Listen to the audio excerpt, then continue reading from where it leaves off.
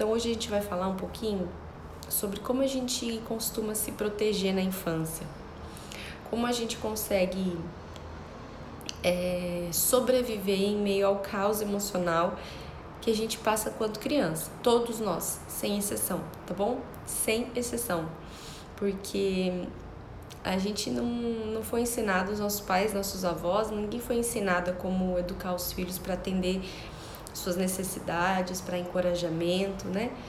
A gente foi ensinado a educar do jeito tradicional, onde eu mando, você obedece, ou eu super protejo para que você não sofra. Então, todos nós crescemos em meio a um caos emocional, tá? E a gente arranja um jeito de sobreviver isso tudo. Então, é isso que a gente vai falar hoje, como a gente sobreviveu. E ela começa assim, a Laura Gutman começa assim. Em algumas ocasiões, podemos detectar que a desorganização era imensa, ou seja, desorganização do ambiente da casa, certo? Mas já desde pequenos encontramos algum refúgio seguro ao qual nos agarramos, como ao ar que respiramos. Esses refúgios podem ser a casa de um colega do colégio, na qual uma mãe coerente nos recebe e permite que permaneçamos ali. Pode ser uma leitura compulsiva que nos envolva em seus braços imaginários e nos acolha dentro do universo literário. Pode ser um esporte que pratiquemos com seriedade profissional e que requeira disciplina, horários a cumprir e objetivos claros. Pode ser uma pesquisa obsessiva sobre um assunto de interesse. Inclusive, eu lamento informar, o refúgio pode ser o abuso sexual atroz e repetitivo, sustentado por uma família próxima que prenda a criança em uma ilusão de amor. A questão é que precocemente procuramos um bunker sólido que, por um lado, nos salve da loucura reinante e, por outro, nos mantém isolados, supondo que, fora do bunker, a vida não pode ser vivida. Nesses casos, costumamos mostrar aos consultantes a próxima imagem. Ela está dizendo aqui, ela mostra uma imagem, consultante é consultante de biografia humana, são os profissionais da biografia humana, quem estuda a biografia humana. O que ela está querendo dizer com isso? A gente, em meio ao caos que a gente vive na infância, quando chega na adolescência ou na vida adulta, a gente procura esses bunkers, que são refúgios, são proteções, tá? Pra gente se manter vivo, sobrevivente. Então ela dá alguns exemplos aqui, né? Pode ser a casa de um amigo, pode ser um esporte radical, que você tenha que ter horários, que você tenha que ter regras para cumprir. Pode ser a casa de um parente, de um tio que você gosta muito, né? Tudo isso são bunkers, que são proteções. Eu me recordo que eu tive bunkers na minha adolescência. Eu gostava muito de ir para a casa da minha tia em São Paulo, eu queria morar com ela. Lá era um local perfeito, assim. E não era perfeito, né? Minha tia trabalhava um monte em São Paulo, aquela loucura da capital. Minha família não era de lá, só minha tia e minha prima. Tava todo mundo morando aqui em Londrina, mas eu queria muito ir pra lá na minha adolescência, eu queria morar com ela, porque na verdade ela era um bunker pra mim, né? Ela era aquele adulto presente, carinhoso, que validaria, né? Que me validaria, que me demonstraria senso de pertencimento. Então, por isso eu queria tanto estar lá. Não foi possível, não consegui morar com ela, e aí eu tinha depois outros bunkers, que foram as mães das minhas amigas de escola, né? Eu adorava, eu lembro até hoje que tinha uma que fazia um macarrão com moela, gente. E eu amava aquele macarrão. Depois teve uma outra mãe que fazia salpicão, e eu amava aquele salpicão, mas não era o salpicão que eu amava, não era o macarrão que eu amava. Era o sentimento que aquilo trazia pra mim, porque aquilo era um bunker pra mim, né? Aquilo era algo que eu não tinha, né? Eu não tinha que satisfazesse a mim. Então, ver uma mãe, né, se dedicando, cozinhando pros filhos, fazendo aquilo que eles gostam, ter uma comida de referência, uma comida que os filhos gostam, que a mãe sempre vai fazer, isso era, pra mim era lindo ver. Porque eu não vivenciei isso. Então, eu me agarrava a essas pequenas coisas. Então, a resposta era que eu era fã da comida. Mas na verdade eu era fã, era do amor que eles me davam. Eu era fã, era do preenchimento das necessidades emocionais que eles faziam para comigo, né? E isso era o meu bunker. Então eu tive muitos bunkers em relação a isso, que foram pais de amigos meus, né?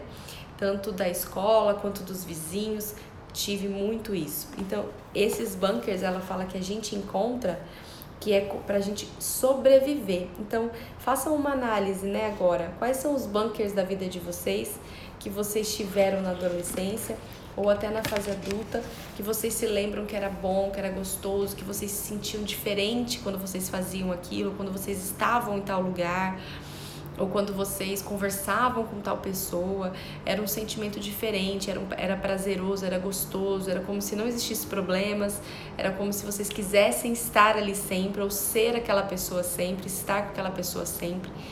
E isso provavelmente foi ou foram os bunkers da vida de vocês, que vocês se apossaram, né, como um escudo protetor aí de sobrevivência, porque isso alimentava a carência emocional que vocês tinham na infância e que não se davam conta, né? Então ela diz isso, a gente escolhe esses escudos de proteção, tá? E ela continua assim: em todos os casos, vamos organizando as vivências com parcimônia e extremo cuidado, já que é provável que a criança, provindo de um inferno emocional, tenha negado ou deturpado suas experiências. Caso contrário, teria sido impossível sobreviver. É difícil porque os indivíduos que tiveram infâncias horrorosas estão acostumados a mudar seus pontos de vista, inventando, imaginando ou ajustando qualquer ideia. Então ela fala aqui pra gente que a gente cria uma nova história. A gente cria um novo roteiro para a vida que a gente teve na infância. A gente muda, a gente nega ou a gente deturpa a imagem do que a gente viveu, porque é um instinto de proteção, de sobrevivência. Se eu ficar relembrando todas as minhas dores, todas as minhas feridas, eu não sobrevivo, né? Eu talvez me define, eu vire depressiva, entre num estado depressivo. Então o cérebro faz isso com a gente e a gente deturpa ou a gente nega algumas pessoas, outras não, tá? Mas algumas pessoas fazem isso como um estado de sobrevivência. Vai depender do nível de crueldade emocional que a pessoa passou, vai depender do abandono emocional que essa criança teve. Tudo isso vai depender para que você tome consciência, tá? Mas a gente faz isso, a gente cria cenários, a gente esquece casos, a gente deturpa acontecimentos, porque a gente precisa sobreviver em meio àquele caos. Eu, por exemplo, quando eu fiz a minha formação em coaching, mas a de Master Coaching, existiam exercícios que a gente precisava aprofundar na infância. E eu não tinha imagens da minha infância. Eu não conseguia visualizar a minha infância. Eu falava, eu não lembro, eu não tenho nenhuma imagem, eu não consigo lembrar de nada. E aí, estudando a biografia humana, né, estudando mais a fundo a questão da infância, a gente encapsula algumas informações. Então é como se a gente arquivasse e a gente colocasse num HD e deletasse aquilo da nossa visão mental, tá? Porque se eu não lembro, se eu não revivo, se eu não ressinto, eu sobrevivo. Então a gente esquece mesmo. No treinamento que eu dei sábado, a gente faz um exercício e algumas pessoas falaram assim pra mim, eu não consigo lembrar. Eu não consigo lembrar se eu vivi isso, eu não vivi, se eu tive isso, eu não tive, eu não consigo. E aí a gente foi conversando, né? E essas pessoas entenderam que elas encapsularam a infância também por sofrimento. Porque se a gente não lembra, nem se é bom e nem se é ruim, é só uma proteção, é só uma sobrevivência. Provavelmente se tivesse sido tão bom, tão gostoso, tivesse criado memórias, jamais a gente esqueceria. A gente teria uma ideia dos nossos pais como heróis e heroínas. Se a gente não consegue ter essa ideia como herói, como heroína, e a gente também não consegue lembrar de nada de ruim que possa nos ter acontecido, provavelmente a gente encapsulou para sobreviver, que é o que ela fala aqui. Em alguns casos negam, em alguns casos deturpam, como um instinto de sobrevivência, certo? E a gente faz isso o tempo todo. E a fragilidade, né? A fragilidade emocional na qual vivem os indivíduos que provêm de cenários caóticos ou infernais nos obriga a procurar refúgio, certo? Eu preciso de um refúgio para sobreviver. Quanto mais fechados e rígidos forem, maior segurança sentimos. Então, assim, depende muito de cada um, tá, gente? Tem pessoas que vivem o mesmo acontecimento, a mesma crueldade emocional e sofrem demais. Tem outras que sofrem um pouco, tem outras que relevam mais fácil. O que diferencia? O ser, quem cada um é, como você é, tá? Como você capta a informação, como você absorve a diferença entre o que a sua mãe diz e o que você acredita que o teu tipo de perfil comportamental. Então, se você é mais racional, você vai ter uma percepção melhor em relação ao que está acontecendo, o meio onde você está vivendo, espaço e tempo. Se você é mais sensível, você vai se apegar às emoções muito mais fáceis da sua mãe. Então, tudo isso influencia para a gente entender o nível de crueldade emocional, o nível de dor emocional que eu vou carregar na minha adolescência e na minha fase adulta. E como é que eu vou transformar isso na fase adulta? Se eu vou negar, se eu vou deturpar, se eu vou criar um personagem, tá? Tudo isso vai fazer a diferença. Ela perguntou assim, Gabi, tem como se lembrar? Tem casos que sim, tem casos que não. Eu já vi gente que fez regressão. Existem profissionais, né, que trabalham com regressão desde o útero.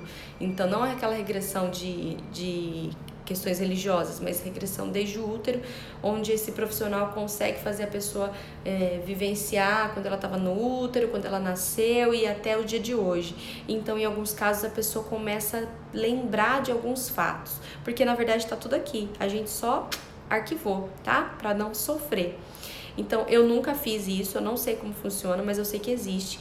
Eu já tive clientes do coaching, do processo de coaching, que foram para essas análises com esses profissionais e lembraram de todo o caos emocional que viveram na infância, conseguiram ressignificar muita coisa e foi bom. Mas eu não posso indicar isso para vocês porque eu nunca vivi, mas eu sei que existe, tá? Enfim, se é importante ou não você lembrar, nem sempre tá bom? Nem sempre, porque você pode ressignificar a partir de então. Se você não lembra, é que você sabe que foi um caos emocional, que você teve que se proteger. Mas talvez você não precise mesmo lembrar daquilo, tá? É dali, de hoje pra frente, o que você vai fazer com isso hoje, tá? Mas tem pessoas que precisam lembrar, então tem que buscar ajuda de profissionais. E ela continua assim, por outro lado, o conjunto de ideias que utilizaremos responderá ao personagem que adotamos para sobreviver. Eles serão o roteiro favorito da nossa máscara e formarão o discurso do eu enganado, tal como descrevi no livro da biografia humana.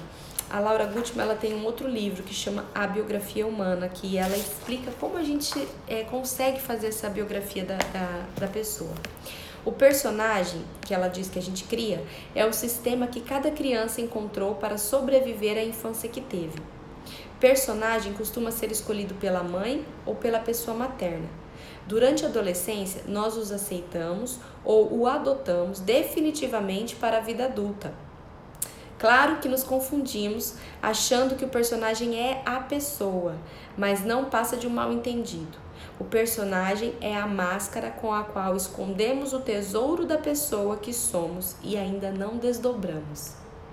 Ou seja, a gente vive uma falsa vida de um falso eu que a gente rotulou, que a gente criou como um personagem para sobrevivência. E a gente carrega isso para a vida adulta. Por que eu falo que é tão importante a gente se libertar, a gente se conhecer?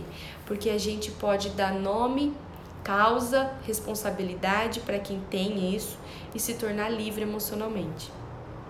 E amanhã a gente vai estudar um pouco desses personagens para que vocês tentem descobrir quais são os de vocês. Existe o soldado raso, existe a mulher de gelo, existe o trem-bala, existe... depois ela faz um checklist. Mas existem alguns personagens que a gente estuda para entender, né, a bomba, para entender onde a gente se encaixa. E isso vai fazer a gente se reconhecer, tá?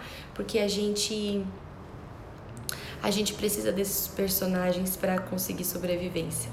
Eu ainda não cheguei nessa parte, mas acredito que, da minha leitura, mas eu acredito ali, pelo pouquinho que eu li, que eu possa ter adotado a mulher de gelo em algumas fases da minha vida, né? Pra sobreviver mesmo. Só que hoje isso foi ressignificado, tá? E aí hoje não vivo mais personagem nenhum. E você pode fazer o mesmo. E, gente, esse estudo dessas lives por esses dias todos, que estão todos no YouTube, quem perdeu os outros dias, corre lá no YouTube pra assistir. Ele trabalha a gente por dentro, tá? De dentro pra fora.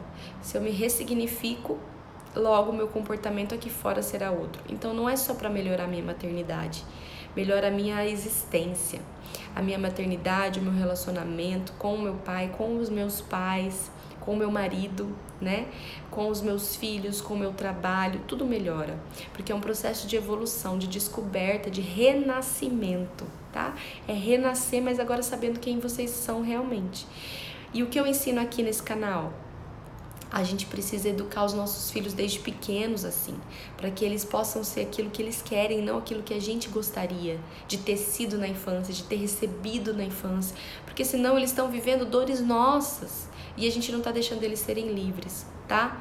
Então, educar com respeito é permitir que a criança se desenvolva sem ter a obrigação de satisfazer coisas que nossos pais não satisfizeram, entendeu? Tudo isso acontece quando a gente educa com respeito. Então é importante essa autoanálise, é importante descobrir isso. Então, se você seguiu até aqui, esteja comigo amanhã pra gente conseguir ter uma noção dos tipos de personagens e a gente encarar a vida aí de um jeito diferente, tá bom? E a gente encerrar esse programa de lives desse livro que é incrível e que foi muito bom trabalhar com vocês. É isso. Um beijo grande, ótima quinta-feira e a gente se vê amanhã. Sempre as lives Conexões da Manhã são de segunda a quinta, mas essa semana a gente vai fazer até sexta, porque eu quero terminar o livro com vocês essa semana pra gente poder tirar férias aqui, tá bom? Um beijo grande e até amanhã.